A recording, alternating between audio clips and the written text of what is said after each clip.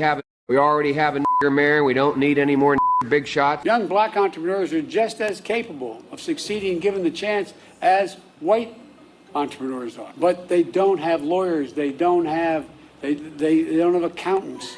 But they have great ideas. We should challenge these students.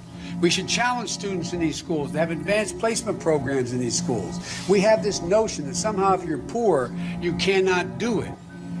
Poor kids are just as bright and just as talented as white kids. Wealthy kids, black kids. Even call centers, which rushed overseas in the hundreds of thousands. How many times you get the call?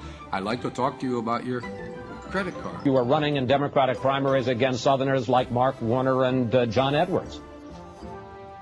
Better than anybody else. And you don't know my state. My state was a slave state. My state is a border state. My state is the 8th largest black population in the country. My state is anything from a northeast liberal state. When Detroit found out they didn't have, when all the exodus, they didn't have people when the city got back on its feet who could literally turn on the street lights, run the water system.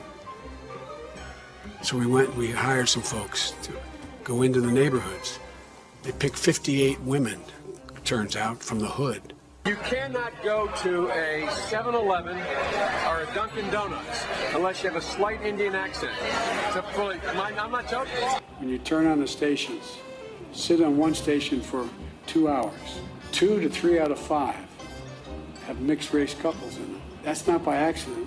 They're selling soap, man. Not a joke.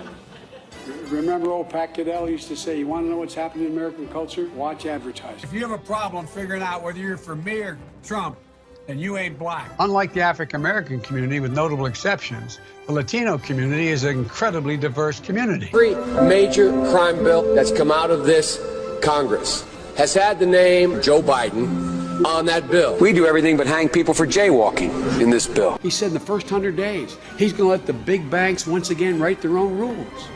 Unchain Wall Street. They're going to put you all back in chains. The blinders have been taken off. They've all of a sudden seen a hell of a lot clearer. They're seeing, geez, the reason I was able to stay sequestered in my home is because some black woman was able to stack the grocery shelf. African American, who is articulate and bright and clean and nice looking guy. I mean, that's a story.